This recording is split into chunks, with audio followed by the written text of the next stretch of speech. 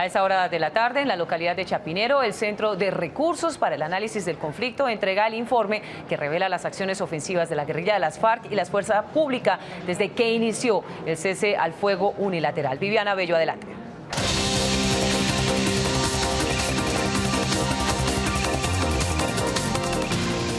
Omaira, muy buenas tardes. Como usted bien lo ha señalado, a esta hora el Centro de Recursos para el Análisis del Conflicto presenta su informe donde ratifica lo que ha dicho la Defensoría del Pueblo y el mismo ministro de Defensa, Luis Carlos Villegas, y es que el accionar ofensivo de la guerrilla de las FARC y de las Fuerzas Armadas pues se ha desescalado sustancialmente y pues un hecho histórico que desde 1974 no se daba.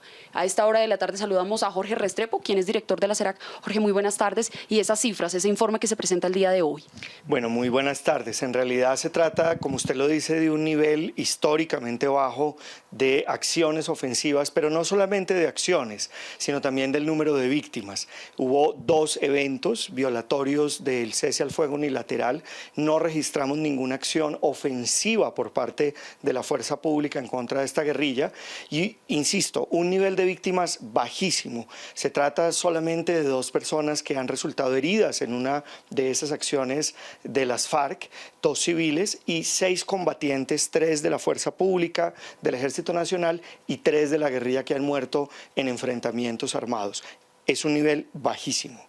Jorge, respecto a otros meses cuando no se ha dado un cese unilateral, ¿cuál es esa cifra que los colombianos de pronto desconocen de víctimas que se han dejado en las zonas del país? Mire, en información reciente, recordemos que hace un mes tuvimos casi 2 meses, 58 días de acción militar de la guerrilla.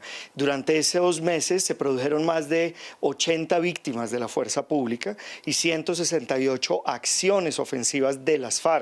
Y estas víctimas de la fuerza pública fueron en acciones únicamente de las FARC. De manera que esto es una reducción sustancial, pero incluso si se la compara durante los 5 meses de cese unilateral al fuego, desde mediados de diciembre hasta finales de mayo, también hay una reducción sustancial de cerca del 85% en las acciones frente a un mes promedio de esos 5 meses y del 50% en las víctimas.